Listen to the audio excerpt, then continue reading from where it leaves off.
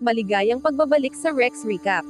Sa video na ito, ibabahagi ko sa inyo ang buod ng ikalawang season ng television series na pinamagatang Reacher, na ipinalabas noong 2023. Nagsisimula ang serye sa isang eksena kung saan may helikopter na lumilipad sa ibabaw ng bundok at naghulog ng isang lalaki sa kagubatan, kung saan siya namatay. Pagkatapos ay ipinakilala ang isang lalaki na nagngangalang Jack Reacher. 3 taon na ang nakalipas mula nang tumigil si Reacher sa pag-iimbestiga sa pagkamatay ni Joe, ang kanyang nakababatang kapatid, at nagpas siyang mamuhay ng normal. Noon, bahagi siya ng militar, ngunit ngayon ay nabubuhay siya tulad ng ordinaryong tao. Isang araw, pumunta si Reacher sa isang thrift store para bumili ng damit pero kulang ang kanyang pera. Kaya't nagtungo siya sa pinakamalapit na ATM para mag-withdraw. Habang nakapila, napansin niya ang isang babae na tila takot habang kumukuha ng pera. Inisip niya na baka may problema ito.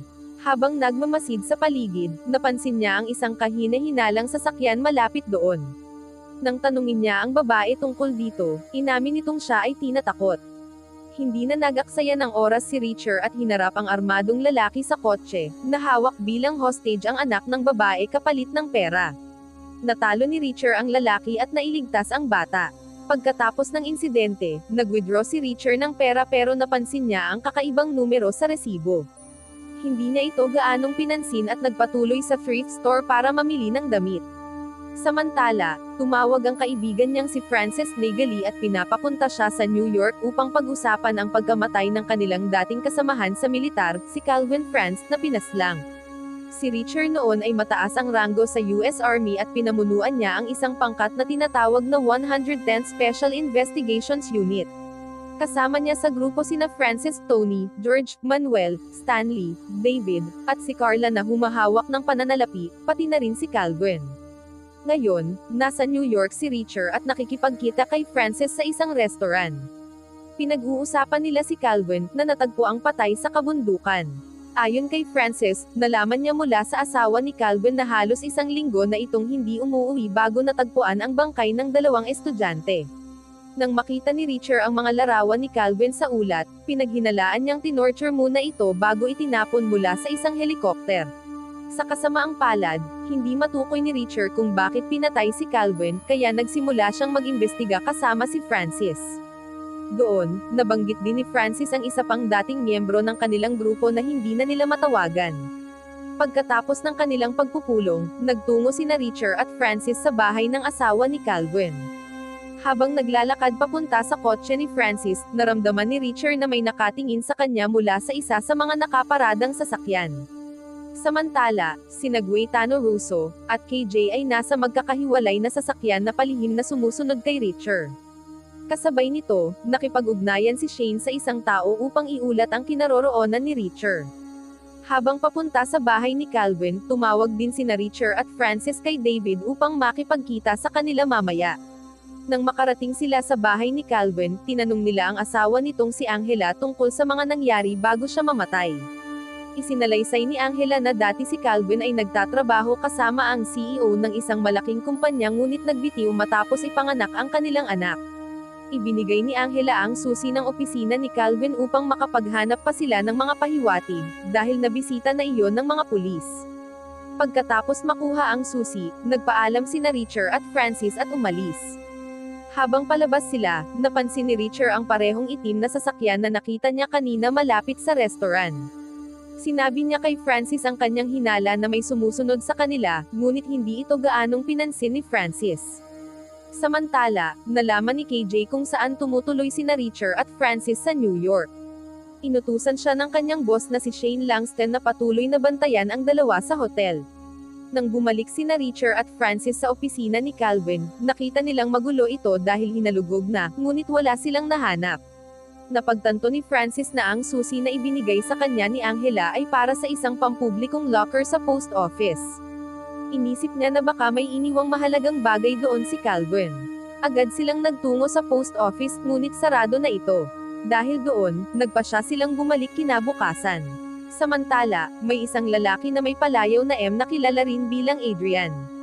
Dumating siya sa paliparan ng Los Angeles at nagtungo sa banyo upang sunugin ang kanyang pasaporte.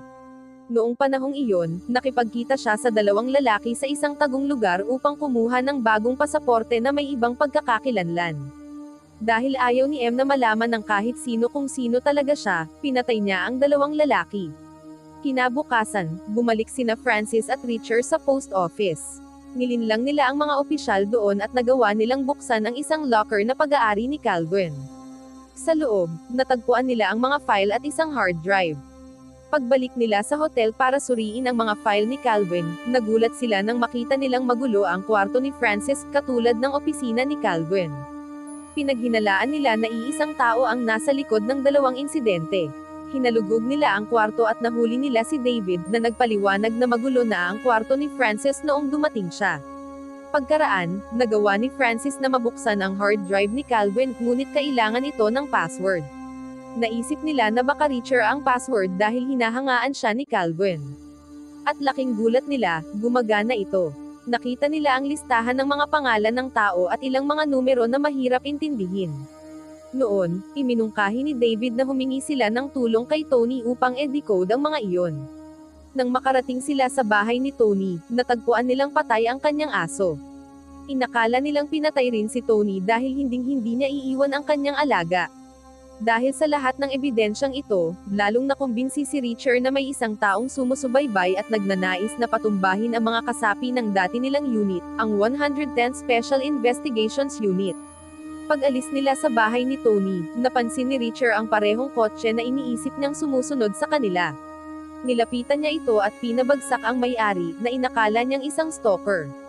Maya-maya, nalaman nilang ang lalaki ay si Russo, isang pulis mula sa New York na nagsisiyasat sa pagkamatay ni Calvin. Nang mapagtanto nilang sila'y huhulihin ng pulisya, nagpasya silang lisanin ang hotel at maghanap ng bagong sasakyan upang hindi masundan. Pagbalik sa hotel, nakasalubong ni Richard si Carla, na kagagaling lamang sa isang misyon sa Texas. Ginamit niya ang peking ID nito upang makaupo ng bagong sasakyan at maipagpatuloy ang kanilang paghahanap sa pumatay kay Calvin nang hindi natutunton ng mga pulis. Maya-maya, sumama si Carla sa kanila para tulungan sa pagbasa ng magulong datos sa hard drive ni Calvin. Hinala ni Richard na may isang tao na may inisyal na M ang nangbibiktima ng mga dating miyembro ng kanilang unit, ang 110th Special Investigations Unit. Hindi nila alam na sinusundan na pala sila ni KJ habang papunta sila sa Atlantic City, New Jersey. Pagkaraan, tinawagan ni KJ si Shane, na nag-utos sa kanya na patayin si Richard at ang kanyang mga kasama. Samantala, sa Atlantic City, nadatnan nila ang opisina ni George na magulo, at tanging litrato lamang niya kasama ang isang babaeng nagngangalang Malena ang naiwan. Pumunta sila sa isang bar upang hanapin ito, ngunit sinubukan silang pigilan ng mga bartender doon. Nakipaglaban sina Richard at Francis, habang nagtangkang tumakas si Malena. Gayunman, nahuli siya ni Carla at David sa labas. Pagkaraan, kinausap ni Richard at ng grupo si Malena para malaman ang tungkol kay George. Binanggit niya na dumalaw kamakailan si KJ, isang lalaking may peklat, at nagtanong tungkol sa isang aparatong ibinigay sa kanya ni George. Ipinaliwanag din ni Malena na si George kasama sina Calvin at Manuel ay bumisita sa bar isang linggo ang nakalipas. Subalit, bumalik si George matapos makatanggap ng tawag na may binanggit na mga numero, $650 at $100. Kahit hindi naunawaan ng mga kaibigan ni Richard ang kahulugan ng mga numerong ito, tila nagkaroon naman ng ideya si Richard kung ano ang ibig sabihin nito. Di nagtagal, pumunta sina Richard at ang kanyang mga kaibigan sa isang kasino kung saan nagtatrabaho sina George at Manuel. Pinaghinalaan nila na sangkot ang mga kasamahan nila sa pagsisiyasat ng isang kasong may kinalaman sa pandaraya sa sugal na nagkakahalaga ng $65 milyong. Kinausap nila ang direktor ng kasino na si Wright upang magtanong tungkol sa anumang kaso ng pandaraya. Gayunman, itinanggi ito ni Wright at sinabing maayos at tama ang record ng kanilang kasino.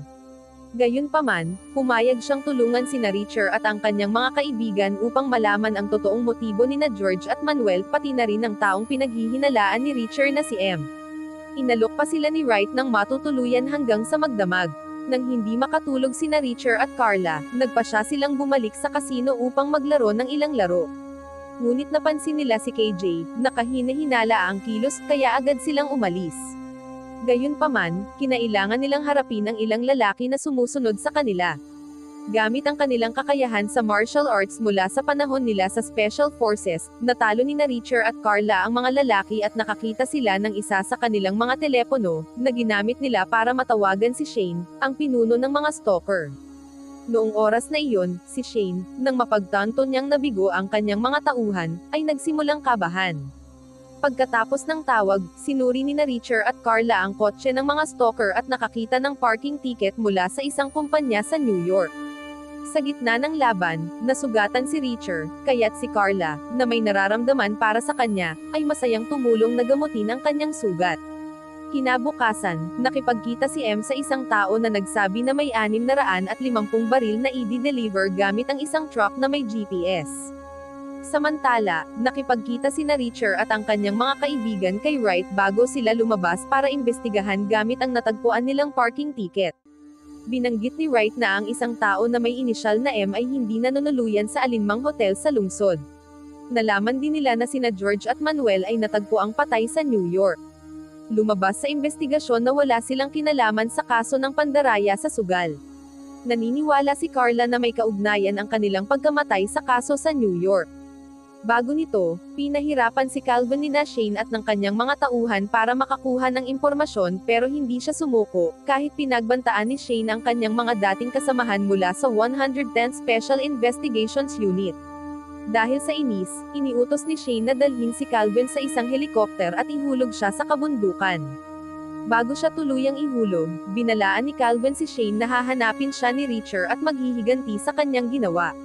Ngayon, bumibili si Richer ng mga armas at cellphone para sa kanyang grupo bago sila magtungo sa New York. Sa daan, sinubukan silang habulin ni Russo, kaya't pinahinto ni Carla ang sasakyan.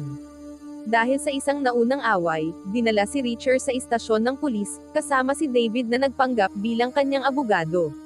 Samantala, nakipagkita sina Carla at Frances kay Marlo Burns, ang Director of Operations sa New Age, upang humingi ng tulong sa pagsubaybay sa parking card na ginamit ng mga stalker ni Richer. Pagkatapos suriin, sinabi ni Marlo na ang parking card ay pagmamay-ari ng isang lalaking nagngangalang Trevor, na namamahala ng isang kumpanya ng office maintenance.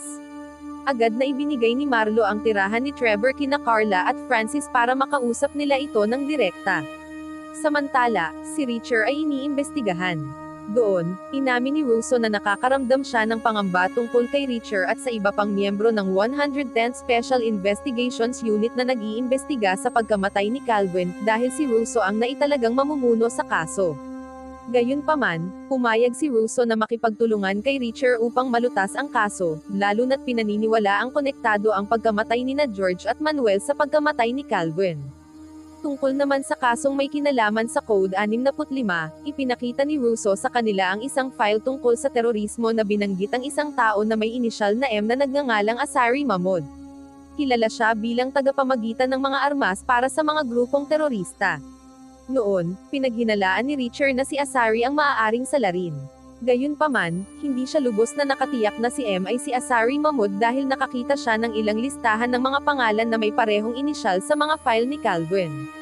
Dahil dito, hiniling ni Richer kay Russo na alamin ang tunay na pangalan sa likod ng inisyal na M. Pagkatapos, binanggit ni Russo na nakatanggap siya ng ulat na ang isang lalaking nagngangalang Alexander Maropoulos ay kabibili lamang ng tiket ng eroplano papuntang New York, at aalis ang flight sa loob ng isang oras. Noon, plano ni Russo na arestuhin siya.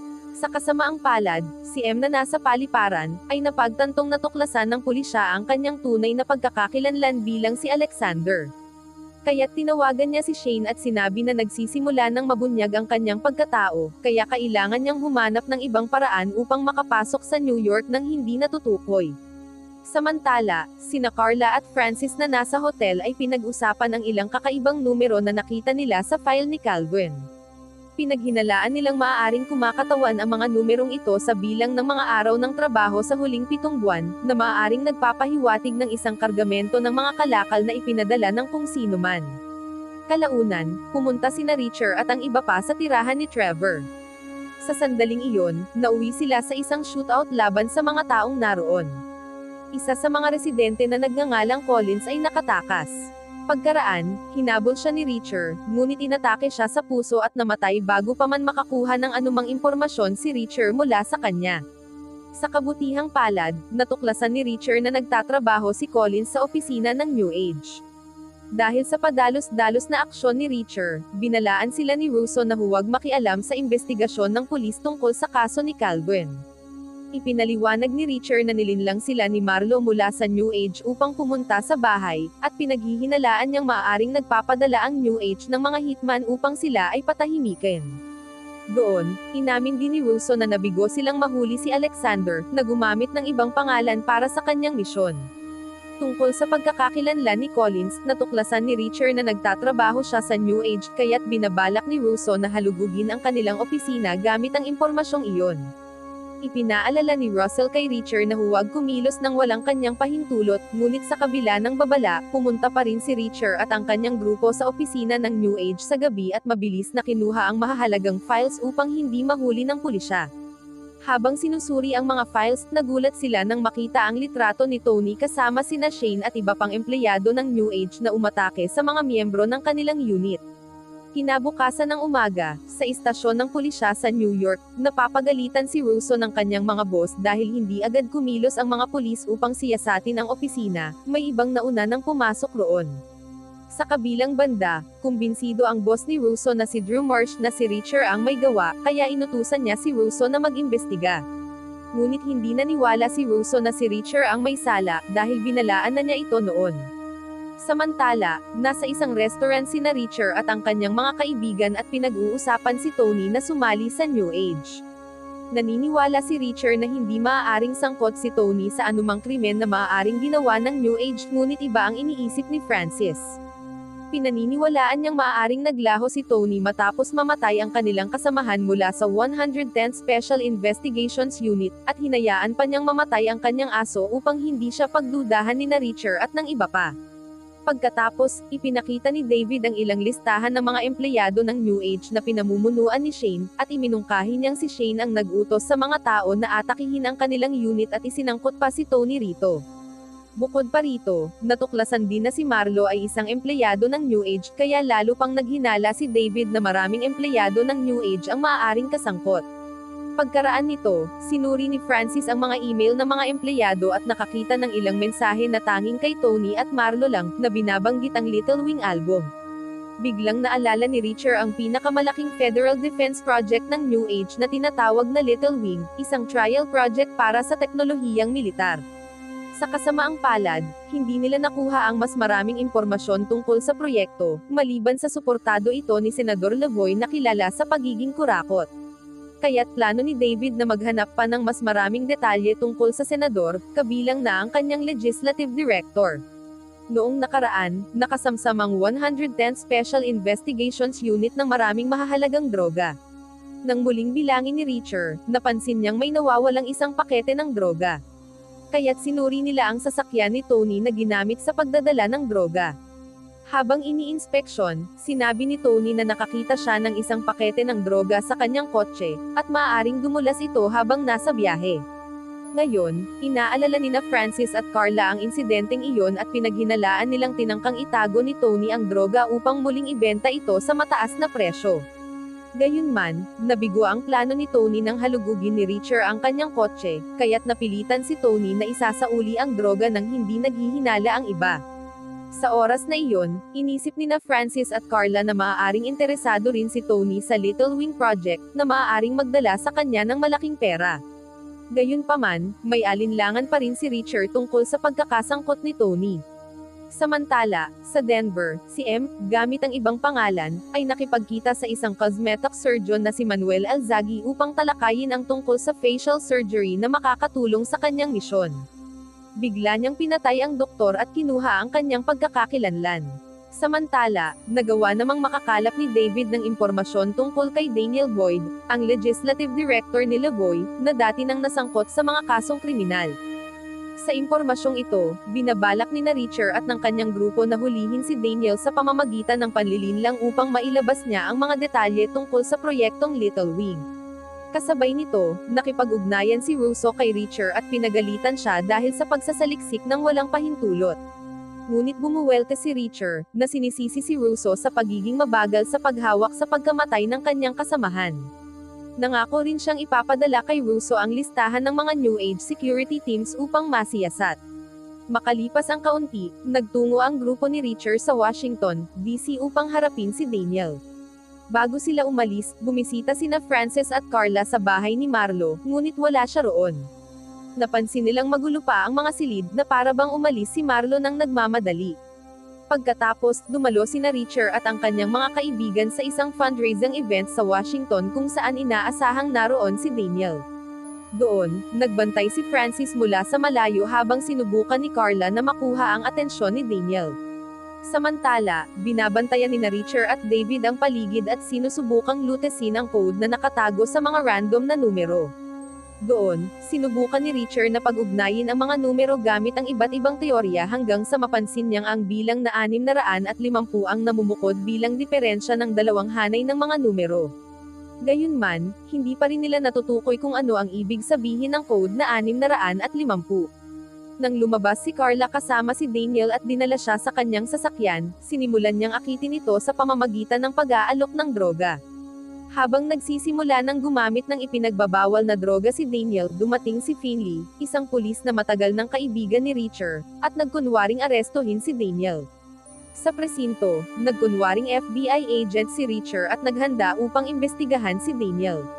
Samantala, si David naman, na nagpanggap bilang legal na eksperto, ay sinubukang gipitin si Daniel upang mailabas ang impormasyon tungkol sa Little Wing.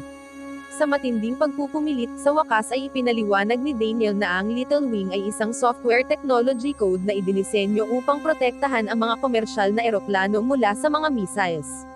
Doon, ibinunyag ni Daniel na si Lavoy, na alam ang potensyal na militar ng teknolohiyang ito, ay nagpasa ng batas upang mapabilis ang pagdevelop nito. Ayon kay Daniel, ang New Age, ang kumpanyang nasa likod ng Little Wing, ay may 2 punong tanggapan sa New York na nakatuon sa software, habang ang lahat ng hardware ay ginagawa sa Denver. Gamit ang impormasyong nakuha mula kay Daniel, nagpasya sina Richer at David na bumisita sa Department of Internal Affairs, kung saan dating nagtrabaho ang yumaong kapatid ni Richer, upang makakuha ng mas maraming detalye tungkol kay M bago tumungo sa Denver. Samantala, sina Francis at Carla ay inatasan na bumisita sa isang hardware production site sa Denver upang tiyakin ang kaligtasan ng mga missiles na ginawa gamit ang teknolohiyang Little Wing. Habang papunta sila sa Denver, tumigil muna ang 4 sa isang restaurant para maghapunan, ngunit bigla silang pinalibutan ng isang grupo ng mga gang na nakamotorsiklo na nagtangkang umatake sa kanila. Agad nilang nilabanan ang mga ito hanggang sa kanilang matalo. Kinuha ni Richer ang cellphone mula sa isa sa mga gang members upang tawagan si Shane, na siyang nagpadala ng mga ito laban sa kanila. Sa gitna ng usapan, tinatakot ni Richer si Shane na papatayin din niya ito tulad ng ginawa ni Shane kay Calvin. Kinaumagahan, nasa bahay ni David si Richer at hinihimok ang pamilya nito na lumipat sa mas ligtas na lugar. Pinaalalahanan ni David ang kanyang asawa na huwag gumamit ng social media dahil maaari itong masubaybayan ng kanilang mga kaaway. Ang kanilang plano ay hanapin ang pumatay kay Calvin at imbestigahan ang isyu tungkol sa Little Wing. Samantala, sina Carla at Francis ay nasa opisina ng New Age sa Denver na nagkukunwaring mga opisyal ng gobyerno. Nakipagkita sila sa pinuno ng pabrika upang magtanong tungkol sa problema ng Little Wing. Laking gulat nila nang malaman nilang naipadala na ang lahat ng missiles 10 minuto lang ang nakalipas, base sa mga dokumento ng pagpapadala. Kasabay nito, pinahinto ng ilang tauhan ni M ang truck na may dalang mga missiles. Madali nilang nakuha ang kontrol sa truck matapos patayin ang driver. Samantala, tinawagan ni M si Shane upang ipaalam ang kanilang tagumpay sa pagkuha ng truck. Ipinaalala ni M kay Shane ang kanyang pangako, at pumayag naman ito. Nangako si Shane na tutulungan si M sa pamamagitan ng pag-utos sa kanyang mga tauhan na pigilan ang mga kasama ni Richer na makialam sa kanyang negosyo. Sa lugar kung saan hine-hijack ang truck, dumating sina Carla at Francis, ngunit agad silang pinaputukan ng mga tauhan ni M, na alam na naroon sila upang pigilan ang paghahatid ng mga missiles. Sa kabila ng pag-atake, nagawa ni Carla at Francis na lumaban at pabagsakin ang mga umatake. Sa kasamaang palad, nakatakas ang leader ng hijacking kasama ang truck na may kargang Little Wing missile. Samantala, hindi pa rin matukoy ni Richer at David ang tunay na pagkakakilanlan ni M, ngunit umamin ang 2 opisyal na nahihirapan sila sa kaso. Gayunpaman, determinado silang dakpin si M sa lalong madaling panahon. Sinabi ni Richard na kung siya ang unang makahuli kay M, malamang ay hihigantihan niya ito para sa pagkamatay ng kanyang mga kaibigan. Pagkatapos nilang umalis sa tanggapan ng Department of Home Affairs, nakatanggap sina Richard at David ng balita mula kay Frances na ninakaw ng mga kriminal ang truck na may kargang Little Wing missile. Ipinaliwanag ni Frances na siya at si Carla ay nagtungo sa gubat malapit sa lugar ng hijacking upang hindi mahuli ng pulisya habang nagsasagawa ng investigasyon. Binanggit ni Frances na pinaniniwala ang buhay pa si Tony dahil nasa mga dokumento ng paghahatid ng missile ang kanyang pirma.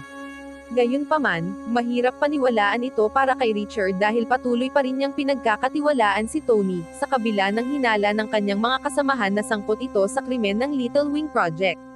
Makalipas ang ilang sandali, nilapitan si Richard ng dalawang mensahero mula kay Senador Lavoy, na nagdala sa kanya upang makipagkita sa senador sa Washington, D.C. Inanyayahan ng senador si Richard na makipagtulungan upang pigilan ang Little Wing Project. Ipinaliwanag ni Lavoy na nagbago ang kanyang isip tungkol sa proyekto dahil nagdudulot ito ng banta sa kaligtasan ng militar at sibilyan, lalo na kung ito ay mapupunta sa maling kamay ng mga terorista.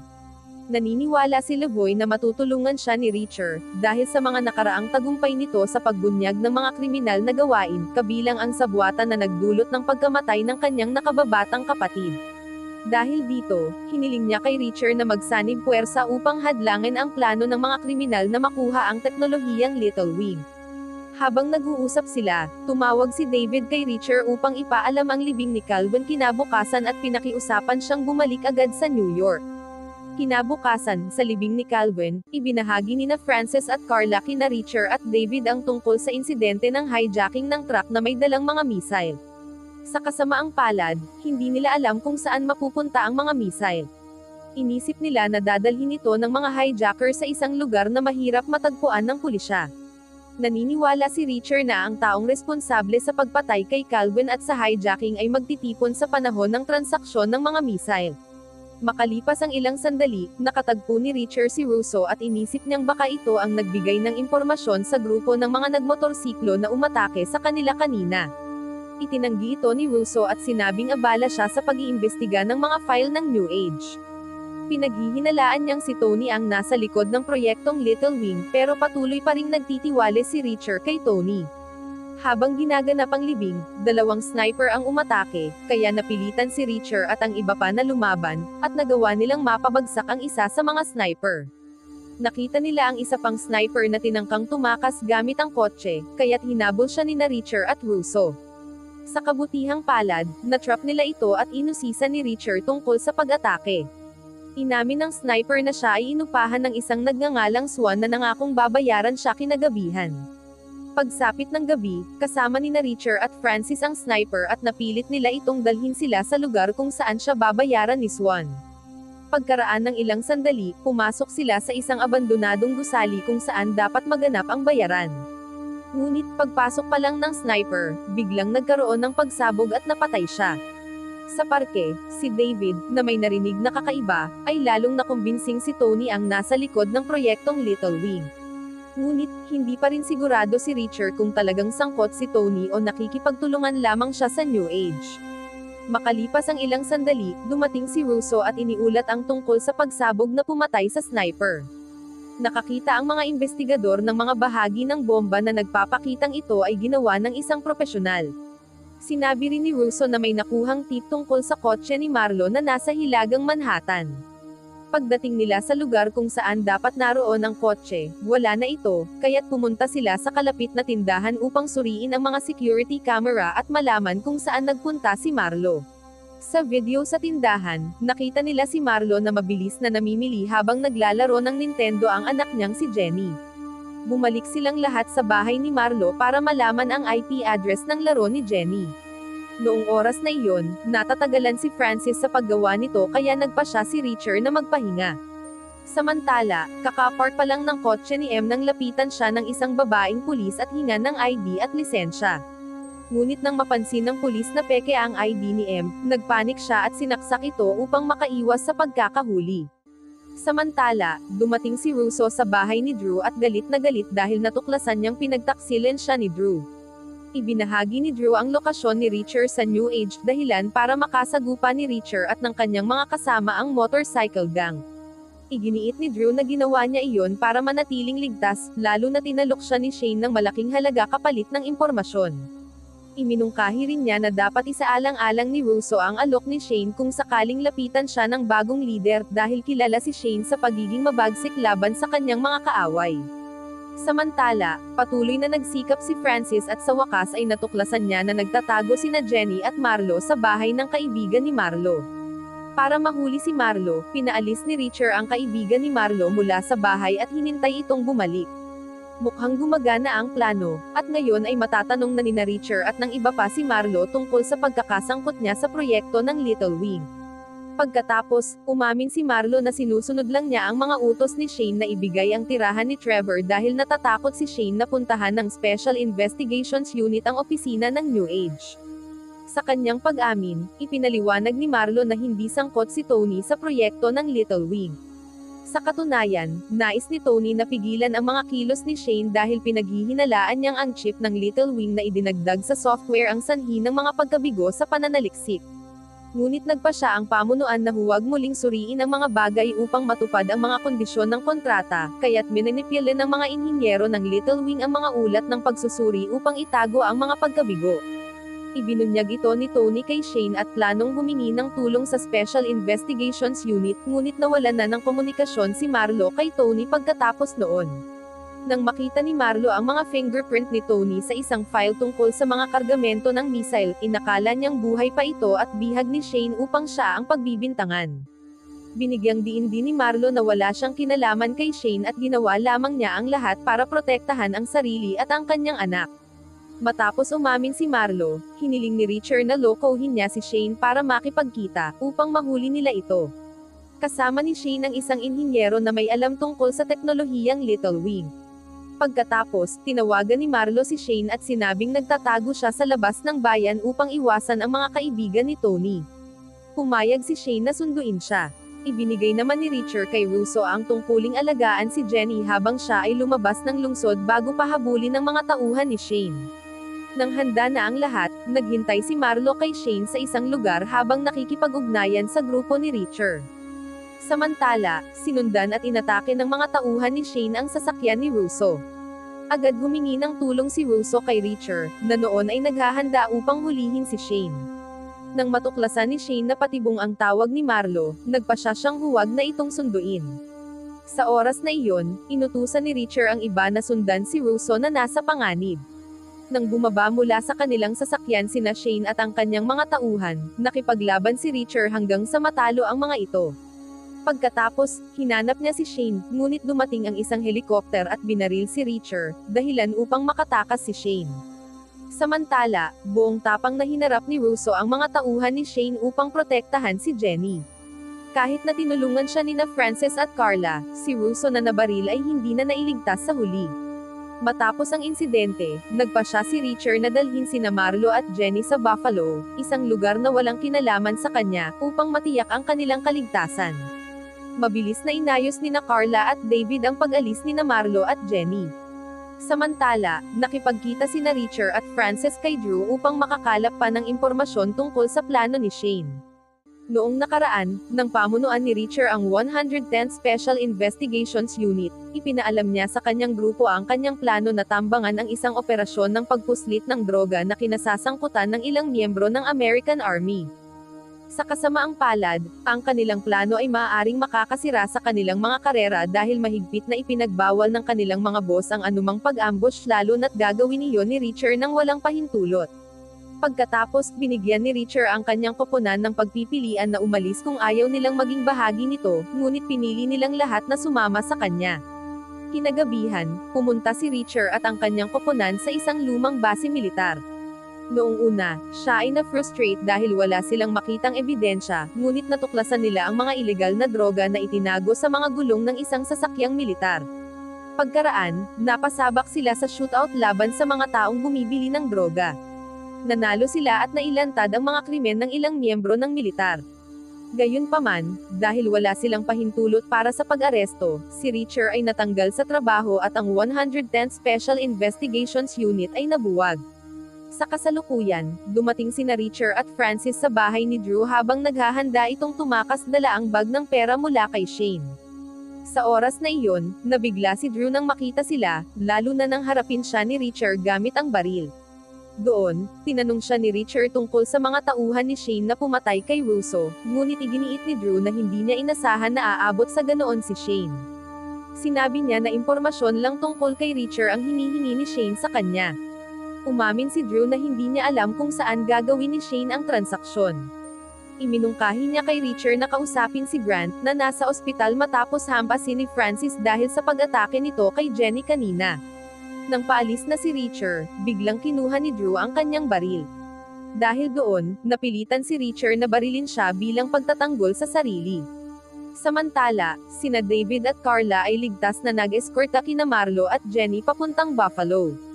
Sa ospital, nagbalat kayo sina Richard at Francis bilang mga nurse upang makapasok sa silid ni Grant na binabantayan ng mga pulis. Si Grant ang umaatake kay Russo kanina. Doon, pinilit ni Richard si Grant na magsalita tungkol kay Shane, at nang tumanggi ito, sinakal siya ni Richard. Dahil walang magawa, umamin si Grant na makikipagkita si Shane sa bibili ng missile kinabukasan ng umaga, ngunit hindi niya alam kung saan. Pagkarinig nito, pinakawalan siya ni Richard ngunit palihim na nag-inject ng lason sa kanyang IV tube bilang ganti sa pagkamatay ni Russo. Sa huli, biglang nagkumbulsyon si Grant at namatay. Pagkatapos, habang palabas sina Richard at Francis mula sa silid ni Grant, napansin nila ang isang taong nagbalat kayo bilang nurse na ipinadala ni Shane upang patayin si Grant. Hinabol nila ito. Noong oras na iyon, nakipaglaban si Francis sa kanya sa operating room, at nang muntik na siyang saktan, agad pumasok si Richard at tinapos ito. Makalipas ang kaunti, gamit ang telepono ng isa sa mga tauhan ni Shane, tinawagan ni Richard si Shane upang sabihing nabigo ang kanyang mga tao sa misyon. Ngunit ikinagulat ni Richard nang isiwalat ni Shane na nadakip na niya sina Carla at David. Doon, hiningi ni Shane na magkita sila ni Richard at Francis sa isang gusali. Gayunpaman, may plano na si Richard sa isip kaya nagsinungaling siya kay Shane na patay na si Francis sa pag-atake. Dahil dito pumayag si Shane na makipagkita kay Richard ng mag-isa. Pagkatapos ng tawag, nakipag-ugnayan si Richard kay Lavoy at ipinaliwanag ang kanyang plano para pabagsakin si Shane, sabay hiling ng tulong mula sa senador. Nang gabing iyon, natapos ni M ang paghahanda ng 650 land missiles na dapat niyang ihatid sa lugar ng pagkikita nila ni Shane. Samantala, sina Richard at Francis ay nasa malapit na sa headquarters ni Shane. Nag-aalala si Francis para sa kaligtasan ni Richard dahil plano nitong pasukin ng palihim ang gusali. Lalo siyang nabahalid dahil hawak ng mga tauhan ni Shane bilang bihag sina Carla at David. Sa kabila ng panganib, determinado si Richard na iligtas ang kanyang mga kaibigan. Sa loob ng gusali, hinarap ni Richard si Shane at sinilip ang kalagayan ni Carla at David na nakagapos. Sa oras na iyon, galit na galit si Shane nang malamang buhay pa si Francis, at tinanong si Richard tungkol sa kanyang kinaroroonan. Ngunit hindi nagpatinag si Richard, kahit pa naging marahas si Shane. Samantala, nasa labas si Francis na sinusubukang ilihis ang atensyon ng mga gwardya ni Shane. Nakipag-ugnayan din siya kay Lavoy upang kumpirmahin ang tulong mula sa senador. Sa kabilang banda, sa loob ng gusali, dahil desperado si Shane na mapilitang magsalita si Richard, ibinunyag niya ang kanyang masamang plano. Isinisi niya kay Tony ang Little Wing Project, isang planong nakapinsala sa maraming tao. Doon, ipinakita ni Shane kay Richard ang mga parte ng katawan ni Tony, at iginiit niyang si Tony ang may kagagawan ng lahat.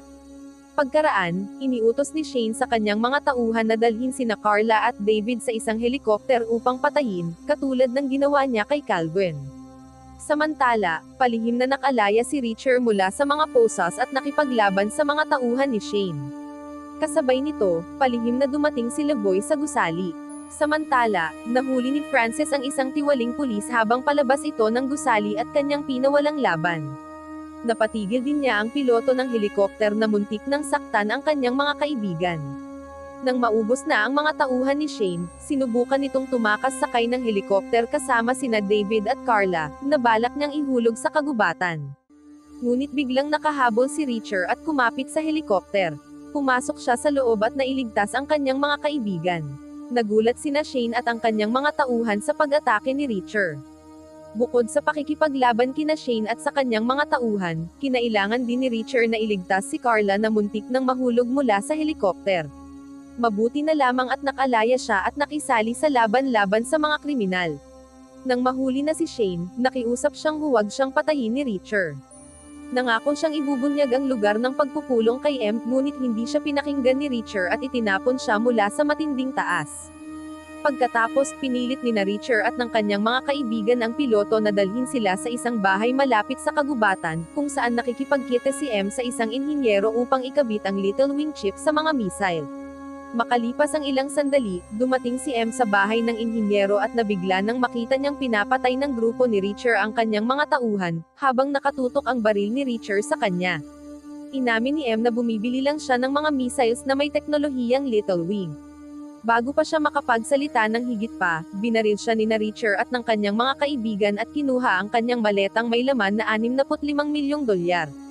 Pagkaraan, tinanong ni Reacher at ng kanyang grupo ang piloto ng helikopter at ang inhinyero. Pareho nilang sinabi na wala silang kaalaman tungkol sa proyektong Little Wing. Pagkatapos, pinalaya sila ni Reacher, ngunit habang sumasakay sila sa helikopter, aksidenteng na-activate ni Francis ang isang missile ng Little Wing na naging sanhi ng pagsabog. Sa parehong oras, dumating ang mga tauhan ni Lavoy, ngunit sa halip na tumulong, iniutos ng senador na patayin si Reacher at ang kanyang mga kaibigan. Gayunpaman, palihim na humingi ng tulong si Reacher mula sa mga tauhan ng Ministry of Home Affairs upang arestuhin ang mga tauhan ni Lavoy. Samantala, inaresto si Lavoy sa kanyang opisina dahil sa pagkakasangkot niya sa proyektong Little Wing, na konektado rin ang senador. Sa huli, ibinigay ni Reacher at ng kanyang mga kaibigan ang $65 milyong sa mga pamilya ng mga biktima ni Shane. Matapos matalo si Shane, nagpasya si Reacher na maglakbay at tuklasin ang iba't ibang lugar kasama ang kanyang mga kaibigan. Wow naman! Doon nagtatapos ang serye mga idolo. Salamat sa inyong panonood.